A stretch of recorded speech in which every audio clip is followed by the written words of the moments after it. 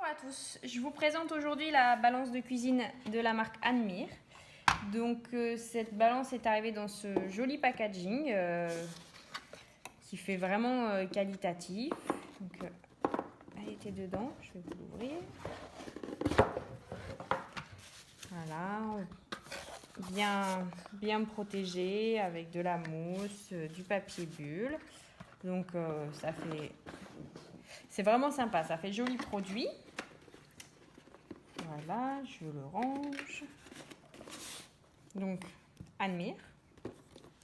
Voilà, le produit est là. Donc, c'est ce qui nous intéresse. Le packaging est sympa, mais le principal reste le produit. Alors, comme je vous l'ai déjà dit dans une petite vidéo, si vous l'avez déjà vu ou sinon, si vous ne l'avez pas encore vu, je vais vous montrer. J'ai eu un petit souci avec cette balance au déballage. Il y avait un film de protection, comme on peut avoir souvent sur les produits. Et en voulant retirer ce film, la partie en plastique est venue avec. Je vous montre. Voilà. Donc ça montre quand même, on a un beau packaging, mais bon, j'ai un problème avec le produit. Donc je vais contacter le service client, voir ce qu'ils font.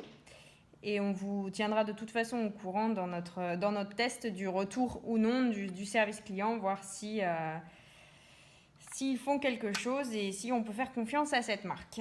Voilà, petite parenthèse. Donc maintenant, je vous présente vraiment le produit. Donc c'est une balance de cuisine qui va de 3 grammes, parce qu'elle va de gramme en gramme. Elle commence à 3 grammes, donc elle va de 3 grammes à 10 kilos. Donc ça, c'est intéressant parce qu'on peut peser des choses assez lourdes. C'est une des balances qu'on ait testées pour l'instant avec le plus grand poids. En général, c'est 3-5 kilos. Là, c'est la première qui va jusqu'à 10. Donc, c'est intéressant si vous avez une grande famille et que vous voulez faire des grosses quantités. Pour s'en servir, donc on appuie sur le bouton on-off. Voilà. Donc, on a le 0. Il y a possibilité de changer les unités. Donc, on a le gramme et là, c'est l'once, ça ne nous intéresse pas, et le millilitre. Ça se change facilement avec le bouton. On appuie facilement dessus, pas de souci. Je vais vous montrer la pesée. Donc, je prends mon récipient. Je fais la tare pour ne pas devoir en tenir compte. Et je peux peser, par exemple, du riz.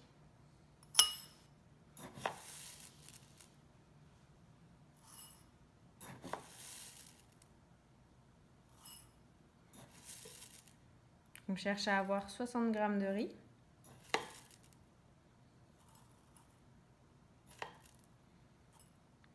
Grâce à la graduation de gramme en gramme, c'est facile. On obtient rapidement les 60 g qu'on souhaitait. Je vous propose de tester la fonction millilitres.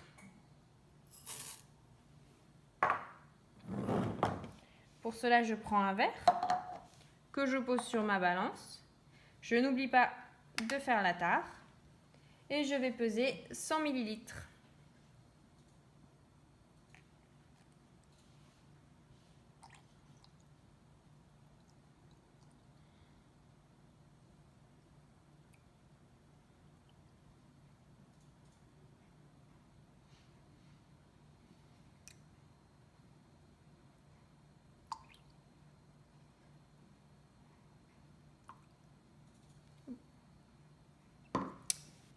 Je me suis trompée, j'ai laissé en grammes, donc on va basculer en millilitres, voir si effectivement il me donne, en théorie le 100 g égale 100 millilitres. On va voir si la balance est d'accord avec ça.